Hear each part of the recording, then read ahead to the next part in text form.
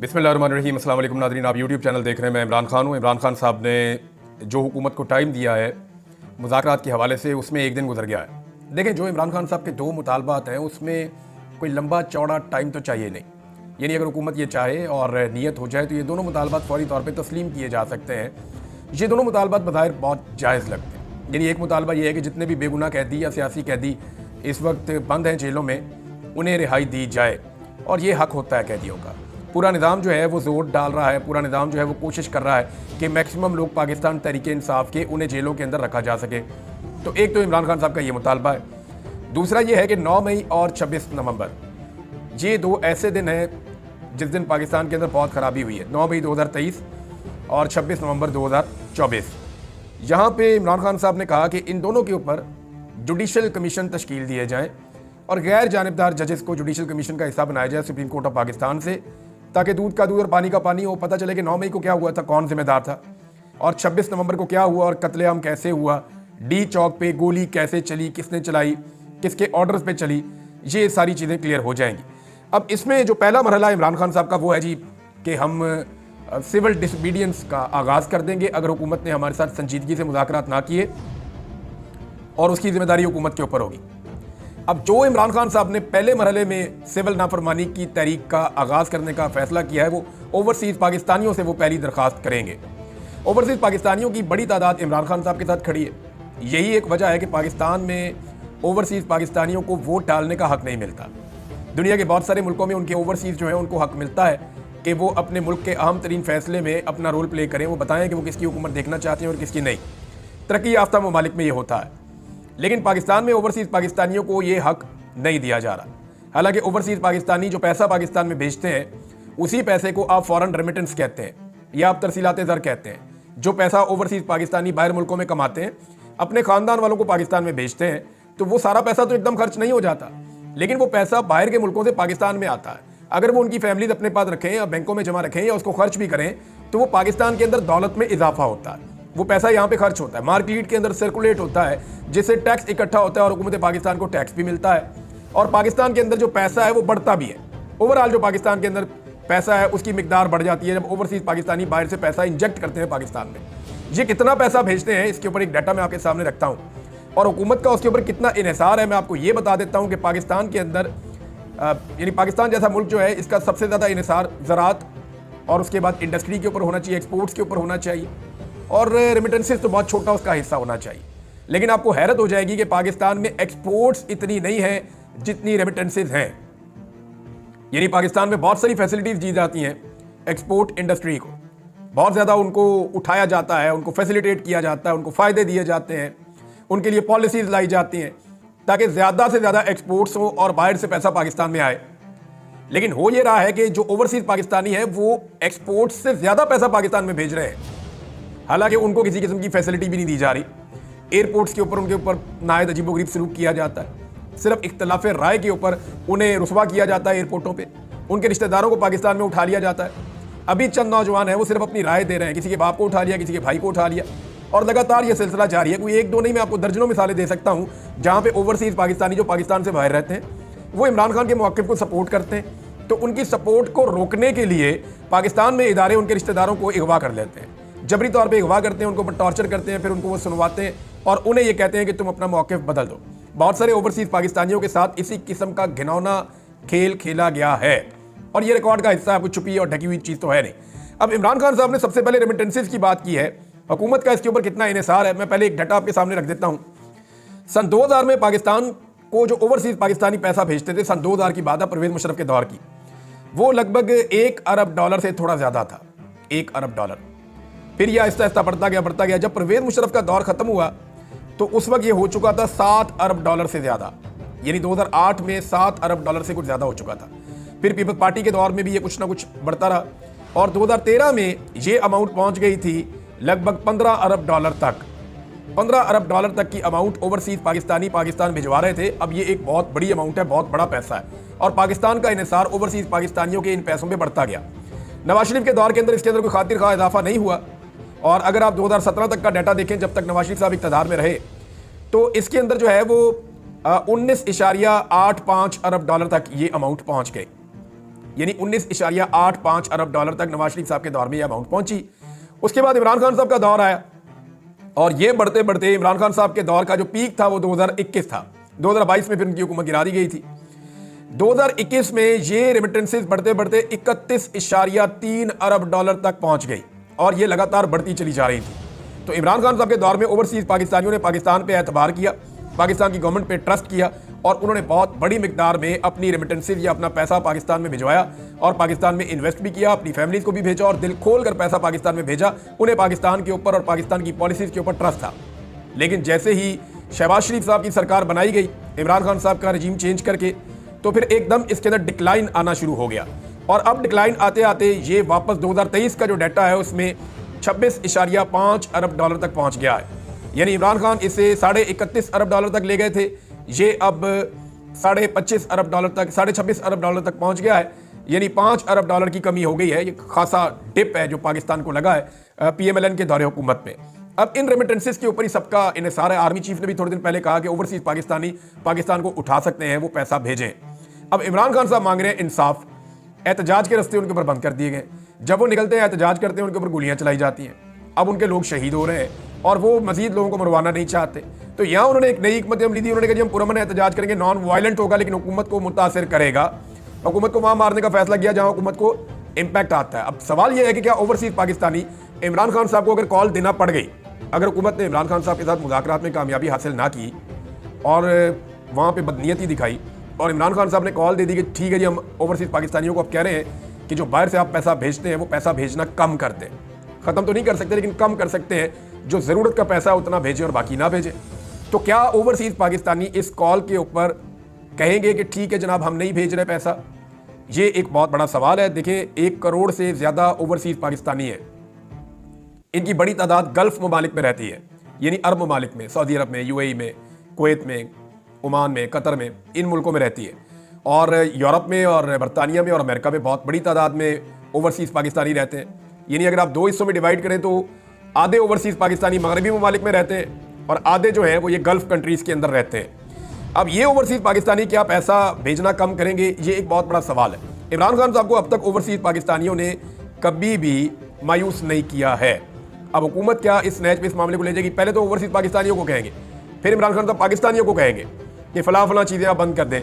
और अगर इस तरह मरहलावार ये चीज़ें चलती रहीं तो हुकूमत के ऊपर लगातार दबाव बढ़ता चला जाएगा। ये चीज़ मैंने आपके सामने रखनी थी और ये एग्जैक्टली वो डाटा है जो हुकूमत का अपना शेयर करदा डाटा मैंने आपके सामने रख दिया। हुकूमत बार बार कहती है हमने महंगाई कम कर दी, महंगाई कम कर दी, और उसके अंदर जो एक ही चीज़ पेश करते हैं वो स्टॉक एक्सचेंज। स्टॉक एक्सचेंज जो है वो एक तरह का सट्टा है। अगर सट्टे के अंदर मुनाफा हो रहा है या मुनाफा नहीं हो रहा तो उससे आम आदमी को क्या फ़र्क पड़ता है? आम आदमी जो है उसकी हालत आप देख लेना, उसके लिए तो महंगाई बढ़ रही है। उसके किचन के अंदर आने वाली तमाम चीज़ें महंगी है। उसकी गाड़ी में या मोटरसाइकिल में डलने वाला पेट्रोल महंगा है।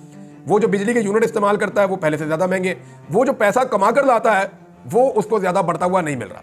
यानी उसकी आमदन नहीं बढ़ी लेकिन उसके अखराजात बढ़ गए हैं। महंगाई में कई गुना इजाफा हुआ है और उस इजाफे के अदादो शुमार को अब तोड़ मरोड़ के लाके पेश किया जा रहा है कि जनाब नहीं महंगाई कम हुई है। हालांकि महंगाई बढ़ी है, हर आम आदमी इसकी गवाही दे रहा है। ये है नाज़रीन वो चीज़। और एक और चीज़ भी हो रही है पाकिस्तान में, वो भी मैं आपको बता देता हूँ कि पाकिस्तान के अंदर ना चंद लोगों ने एक कैंपेन शुरू की थी कि फ़ौज के ज़ेर इंतज़ाम चलने वाले जितने भी सनती इदारे हैं उनकी मसनूआत का बाइकआउट कर दिया जाए। और ये सोशल मीडिया सार्फिन ने इस कैंपेन को चलाया था। अच्छा, मुझे शुरू में लग रहा था कि ये गैर संजीदा चीज़ होगी, थोड़ा सा चलेगी और बंद हो जाएगी।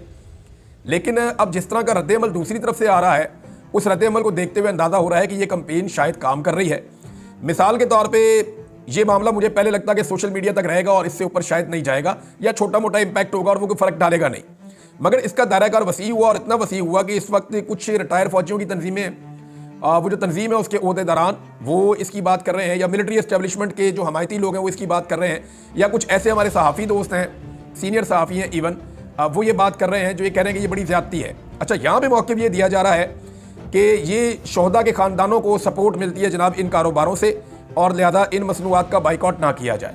दूसरी जानिब से ये मौक़िफ़ इख्तियार किया जा रहा है कि दुनिया का कोई ऐसी फ़ौज नहीं है जो कारोबार करती हो, तो पाकिस्तान में फ़ौज जो है वो कारोबार क्यों करती है, ये सवाल उठाया जा रहा है। और शोहदा की कफ़ालत की जो जिम्मेदारी है वो रियासत की और हुकूमत की होनी चाहिए, ऐसे इदारे नहीं बनाने चाहिए। अब ये दोनों तरफ की एक मामला है, लेकिन एक बात तो वाज़ेह हुई है इस सारी एपिसोड से कि इम्पैक्ट आया है। अगर इम्पैक्ट ना आता तो इतने जिम्मेदारान की जानिब से रद्द-ए-अमल इसका बिल्कुल ना आता। ये रद्द-ए-अमल बता रहा है कि इसका इम्पैक्ट है। लेकिन एक चीज़ और भी इसमें आप ज़रा क्लियर कर दें कि पाकिस्तान तहरीक-ए-इंसाफ ने इस कैंपेन को अभी तक ओन नहीं किया। पाकिस्तान तहरीक-ए-इंसाफ की क़यादत ने या उसके लीडर्स ने अभी तक इस कैंपेन को ओन नहीं किया। मे भी किसी वक्त ये इन्फॉर्मेशन इमरान खान साहब तक पहुंचे तो वो इसके ऊपर रद्द-ए-अमल दें। हो सकता है वो ये कहेंगे बाइकआउट ना करें, हो सकता है वो ये कहेंगे इस बाइकआउट को बढ़ाएं। लेकिन ये अपना इम्पैक्ट रखती है ये चीज़, और इसको आप डिनाई नहीं कर सकते। बुशरा बीबी का एक स्टेटमेंट आया नाज़रीन, और ये इंपॉर्टेंट स्टेटमेंट है मौजूदा सिनेरियो में। बुशरा बीबी ने कहा कि मुझे डी चौक पर कारकुनों के साथ अकेला छोड़कर तमाम सरकर्दा रहनुमा फरार हो गए थे, उनके खिलाफ कार्रवाई होगी। मैं भागने वाली नहीं थी, मेरी गाड़ी पर सीधी फायरिंग की गई। ये बड़ा सीरियस एलिगेशन है। ये बुशरा बीबी कह रही है मेरे साथ सिर्फ कारकुन रुके हुए थे। वो कारकुन ने कहा भी जी हमने खुद देखा 40-50 लोग आपके आसपास कारकुन थे। तो उन्होंने कहा जी मुझे कारकुनों से कोई शिकायत नहीं है, हमारे साथ जो पश्तून है उन्होंने बड़ी वफादारी दिखाई है, इमरान खान साहब के कारकुन डट कर खड़े थे। लेकिन ये बात उन्होंने अपने रहनुमाओं के बारे में कही है, बज़ाहिर ऐसा लग रहा है, और यहाँ पे इस खबर में भी यही है कि तमाम सरकर्दा रहनुमा फरार हो गए थे। और डी चौक एहतजाज के बाद पहली मरतबा इनका मौक़िफ़ सामने आया, जिसके मुताबिक वो इन पार्टी कायदीन से सख्त नाराज़ हैं जो इन पर 24 नवंबर के एहतजाज से कारकुनों को छोड़कर भागने का इल्ज़ाम लगा रहे हैं। उन्होंने इस हवाले से मीडिया पर बयान दिए हैं। चार सद्दा में कारकुनों में चेक तकसीम करने के बाद उन्होंने गुफ्तगू की और कहा कि मुझे डी चौक में अकेला छोड़ दिया गया था। पठानों ने हमेशा गैरतमंदी का सबूत दिया है। खान ने कहा था शोहदा के घर जाना। पार्टी कारकुन खान के नाम पर शहीद हुए हैं। शहादतों की वजह से बहुत तकलीफ में थी। समझ नहीं आ रहा था कि लोग झूठ क्यों बोल रहे थे। मैं भागने वाली नहीं हूँ। खान के लिए निकलने वालों को कभी अकेला नहीं छोड़ सकती थी। किसी को नहीं पता था कि मेरी गाड़ी कौन सी है। डी चौक पर रात 12:30 बजे मैं अपनी गाड़ी में अकेली थी। वो लोग डी चौक ज़बरदस्ती खाली कर रहे थे। मैं वहाँ से नहीं हटी थी क्योंकि खान ने हटने का नहीं कहा था। मैंने सबको कहा था कि मुझे अकेला नहीं छोड़ना, लेकिन मैं वहाँ अकेली थी और सब ने मुझे छोड़ दिया था। ये बात ठीक है। बुशरा बीबी को एक दफ़ा नहीं 2-3 दफ़ा अकेला छोड़ा गया। एक मरतबा कुछ इस तरह का भी मनसूबा है, मुझे आइडिया है, और मैं पहले बता चुका हूँ आपको कि उनकी गाड़ियाँ आगे जाने दी गई और बाकी गाड़ियाँ पीछे रुक गई थी, और एक गैप पैदा हो गया था दोनों काफिलों के बीच में। वहाँ एक इरादा था रियासत का कि वहाँ बुशरा बीबी को उठा लिया जाए, उन्हें गिरफ्तार कर दिया जाए। लेकिन दूसरी जानिब से रावलपिंडी और इस्लामाबाद से बहुत बड़ी तादाद में कारकुन निकले पाकिस्तान तहरीक-ए-इंसाफ के, जिनमें ख़ास तौर पे शहरियार रियाज साहब थे, आमिर मुगल साहब थे, अलीमा खान साहबा थी, अहमद फरहाद साहब थे, और बहुत सारे और लोग थे। ये वो मेन लोग हैं जो वहाँ पे थे, समाविया ताहिर साहबा वगैरह। जब ये लोग आए तो फिर सिचुएशन ज़रा बदल गई, और उसकी वजह से फिर बुशरा बीबी की वहाँ गिरफ्तारी नहीं हो पाई। बुशरा बीबी ने कहा कि वहाँ बहुत से लोग इस बात के गवाह हैं, जो लोग रोड खाली कर रहे थे वो भी गवाह हैं। जब मैं वहाँ से नहीं जा रही थी तो मेरी गाड़ी पर सीधी फायरिंग की गई। बुशरा बीबी ने कहा कि पार्टी के तमाम सरकर्दा रहनुमा डी चौक इस्लामाबाद से गायब थे और इन्हें कारकुनों के साथ अकेला छोड़ा गया, और अब वो मीडिया पर बयानात भी दे रहे हैं। मैं ऐसे पार्टी रहनुमाओं के खिलाफ सख्त कार्रवाई के हक में हूँ, और वक्त आने पर ऐसे तमाम रहनुमाओं के खिलाफ कार्रवाई भी की जाएगी। इस हवाले से रिपोर्ट इमरान खान को पेश करके उसकी मंजूरी दी जाएगी। बुशरा बीबी ने तमाम पार्टी कायदीन को कहा था कि 24 नवंबर को एहतजाज के दौरान हर सूरत डी चौक पहुंचे और वहां पर ही एहतजाज किया जाएगा। कोई पार्टी रहनुमा गिरफ्तार ना होने पाए और कोई भी फोटो सेशन के बाद गायब ना हो। लोगों ने तो रस्ते में फोटो सेशन किए सिर्फ मोटरवे पे, उसके बाद गायब। बहुत सारे मैंने ऐसे बंदे देखे एमएनए और पाकिस्तान तहरीक-ए-इंसाफ के लोग रोजाना फ़ोन करके बताते हैं कि हमारा फलां रहनुमा जो है रस्ते में उसने अपने नारे लगवाए, अपनी फुटेज बनाई, उसके बाद हमें वो नजर ही नहीं आ रहा था वो कहाँ गया। तो बहुत सारे ऐसे लोग हैं जो दिखाई ही नहीं दे रहे थे। कारकुनों के साथ बीबी को अकेला छोड़ दिया गया, ये उन्होंने शिकवा किया। तो जनाब ये बुशरा बीबी का स्टेटमेंट था। अब मरियम नवाज भी शहबाज शरीफ के साथ बैकफुट पे चली गई हैं। मैं आपको बता देता हूँ कि एक्चुअली शहबाज शरीफ ने पहले ये कहा था कि जो भी हुआ डी चौक पे, इस पर उन्होंने आर्मी चीफ का शुक्रिया अदा किया था। अब वक्तन फ़वक्तन हुकूमत के ऐसे बयान आते हैं जिसमें वो ये साबित करना चाहते हैं कि डी चौक पे जो कुछ हुआ वो एस्टेब्लिशमेंट ने हुकूमत के साथ मिलकर किया और एस्टेब्लिशमेंट रिस्पॉन्सिबल है उसके लिए। वजह यह है कि एस्टेब्लिशमेंट के खिलाफ पाकिस्तान में मुकदमात नहीं होते, उनके खिलाफ कार्रवाइयाँ नहीं होती, उनके खिलाफ कानून में केस आगे नहीं चलते। तो शहबाज शरीफ वगैरह को लगता है कि ये हमें प्रोटेक्शन मिल जाएगी। लेकिन इमरान खान साहब ने शहबाज शरीफ और मोहसिन नकवी पे मुकदमा दर्ज करवाने का फैसला किया है, जो एक मुख्तलिफ और मुनफरिद फैसला है। इस फैसले के नतीजे में दबाव बढ़ेगा। मरियम नवाज ने फौरी तौर पे स्टेटमेंट दिया, जी मैंने तो पंजाब पुलिस को कहा था गोली नहीं चलानी, मैंने तो मना किया होता पंजाब पुलिस को, यानी वो अपने आप को बचा रही है कि जी हमने गोली नहीं चलाई, मैंने जो यहाँ से पुलिस भेजी थी उसने किसी किस्म की कोई कार्रवाई नहीं की, वो अपने आप को अब बचा रही है। तो सारे के सारे लोग जो हैं वो इस कत्लेआम से अपने आप को दूर रखना चाहते हैं, अपने आप को बचाना चाहते हैं। लेकिन इमरान खान साहब के मुतालबात को अभी तक संजीदा नहीं लिया जा रहा। अगर मुतालबात को संजीदा ना लिया गया और ये अगली तहरीक शुरू हो गई तो पाकिस्तान में एक नई सिचुएशन जन्म ले लेगी। हुकूमत यही दावे कर सकती है ना, हुकूमत ये कह सकती है कि इमरान खान साहब की कॉल के ऊपर कोई भी बात नहीं सुन रहा, तो वो तो डाटा आ जाएगा, पता चल जाएगा। जब फॉरेन रेमिटेंसेस जो हैं वो हर महीने का एक डाटा आता है, जब वो कम होगी तो पता चल जाएगा कि इमरान खान साहब की कॉल के ऊपर ओवरसीज पाकिस्तानियों ने लब्बैक कहा है या नहीं कहा है। ये पता चल जाएगा। और एक आधा महीना आप चीज़ों को मैनेज कर सकते हैं, बाहर से आप बल्क में पैसा मंगवा सकते हैं, कुछ कर सकते हैं, लेकिन आप ज़्यादा देर तक कर नहीं पाएंगे। ये बहुत बड़ी अमाउंट होती है जो ओवरसीज़ पाकिस्तानी भेजते हैं। ये लगभग 2 से 3 अरब डॉलर के दरमियान होता है जो हर महीने की ट्रांजेक्शन होती है। अब इतना पैसा तो हुकूमत अपनी जेब से डाल के बाहर से यहाँ नहीं ला सकती, लिहाजा 1-2 महीनों के अंदर सारी चीज़ें क्लियर हो जाएंगी। नाज़रीन, एक और खबर है, वो ये है कि डोनाल्ड ट्रंप के साथ मुलाकात की है पाकिस्तान तहरीक इंसाफ के चंद लोगों ने वहाँ अमेरिका में, और उनमें सज्जाद बरकी साहब का भी नाम आ रहा है। कुछ और लोग भी ये बता रहे हैं कि उनके पास खबर है, और ख़बर ये है कि डोनाल्ड ट्रंप अभी तक इस बात के ऊपर आमादा है कि इमरान खान साहब के साथ जो हो रहा है वो ज़्यादती हो रही है, और आने वाले दिनों में शायद वो इसके लिए आवाज़ भी उठाएंगे। इसहाक डार ने बड़ी कोशिश की है, कोई 9-10 के करीब सफ़ीरों से उन्होंने मुलाकात की, गैर मुल्की सफ़ीरों से, क्योंकि इस्लामाबाद में जो एक बर्बरियत हुई है और जो डी चौक का सानहा हुआ है, उस सानहे को लेकर जो है वो हुकूमत बहुत परेशान है, एस्टेब्लिशमेंट भी बहुत परेशान है। इसीलिए जो है वो लाशें ढूंढने वाले सहाफ़ी जो है उनको अगवा भी किया गया, उनको परेशान भी किया गया। अब जो सहाफ़ी वापस तो आ गए, देखिए मुतीउल्लाह जान वापस आए हैं, हमारे शाकिर एवान साहब वापस आए हैं, लेकिन आप ये देखें कि जिस पॉलिटिकल पार्टी की लाशें ढूंढने के लिए, इंसाफ के लिए ये सहाफ़ी कोशिश कर रहे थे, उस पॉलिटिकल पार्टी ने उनको पूछा भी नहीं। ये अफसोस की बात है ना। यानी मुतीउल्लाह जान कोई अपने लिए तो नहीं लड़ रहा था, वो तो पाकिस्तान के लिए लड़ रहा था, इंसाफ और कानून के लिए लड़ रहा था। तो जिस पॉलिटिकल पार्टी के साथ ये जुल्म और ज्यादती हुई थी, उन्हें जाके उसके साथ इज़हार यकजहती के लिए खड़े होना चाहिए था। नहीं भी होंगे तो कोई फर्क नहीं पड़ेगा, मुतीउल्लाह जान जो कर रहा था वो करता रहेगा, शाकिर एवान जो कर रहा था वो करता रहेगा। लेकिन पाकिस्तान तहरीक इंसाफ के अंदर ये उनके अंदर इस बात का इदराक उन्हें होना चाहिए था कि जो आदमी हक और सच के साथ खड़ा हो, और जो आदमी सही को सही कहे, और मुश्किल वक्त में जब आपके साथ आपके अपने खड़े नहीं हो रहे और वो खड़ा हो जाए, तो फिर उसकी ऑनर करनी चाहिए, उसकी कुर्बानी पे जाके उसको मुलाकात करनी चाहिए, उसकी ढारस बंधानी चाहिए। बतौर अपोजिशन पार्टी उन्हें चाहिए था कि सेनेट के अंदर, कौमी असम्बली के अंदर, अपनी सूबाई असम्बली के अंदर करारदादे पेश करें, तहरीकें पेश करें कि जनाब सहाफ़ियों के साथ जुल्म और ज्यादती हो रही है। लेकिन अजीब किस्म की एक कंप्रोमाइज सिचुएशन है पाकिस्तान तहरीक इंसाफ की क़यादत की। नाज़रीन, डार साहब ने मेरे को बताया ना, प्रेशर बहुत ज़्यादा बढ़ गया, और डार साहब ने मुलाकात की कुछ गैर मुल्की सफ़ीरों से। उन सफ़ीरों से जब कुछ सहाफ़ियों ने रब्ता किया, नुसरत जवेद साहब भी उनमें से एक हैं, तो ये सहाफ़ी अब ये क्लेम कर रहे हैं कि सफ़ीरों ने बताया कि जो कुछ भी इसहाक डार ने हमें बताया उसके ऊपर हमें बिल्कुल यकीन नहीं आया। उसकी वजह यह है कि ग्राउंड रियलिटीज़ कुछ और हैं, इंटरनेशनल मीडिया कुछ और रिपोर्ट कर रहा है, लोकल मीडिया कुछ और बता रहा है। आप मीडिया के ऊपर चीज़ें चला नहीं पा रहे बेशक, लेकिन डार साहब ने जो कहानी सुनाई वो समझ में आने वाली नहीं थी। जैसे गंडापुर साहब ने कहानी सुनाई, कई वो उन्होंने पहाड़ क्रॉस कर दिए और बहुत सारे ज़िले क्रॉस कर दिए, तो इसी तरह ये जो डार साहब की कहानी है ये भी लोगों को समझ नहीं आई। हाँ, एक चीज़ है मीडिया के हवाले से मैं आपको कहूँगा, रऊफ क्लासरा साहब ने, एक सीनियर जर्नलिस्ट ने, उन्होंने एक क्लेम किया कि पाकिस्तान का मीडिया बिल्कुल आज़ाद है और जिसे चाहे पाकिस्तान का मीडिया बुला सकता है। तो देखिए, रऊफ क्लासरा साहब को मैं सिर्फ ये गुजारिश करूंगा कि उनको खुद कितनी दफ़ा नौकरी से निकाला गया वो खुद अच्छी तरह जानते हैं, और वो ये कह रहे हैं कि किसी को भी बुलाया जा सकता है प्रोग्राम के अंदर, तो मुझे बुला लें प्रोग्राम में और मेरे से पूछ लें कि क्या हुआ, कैसे हुआ और मैं क्या जानता हूँ।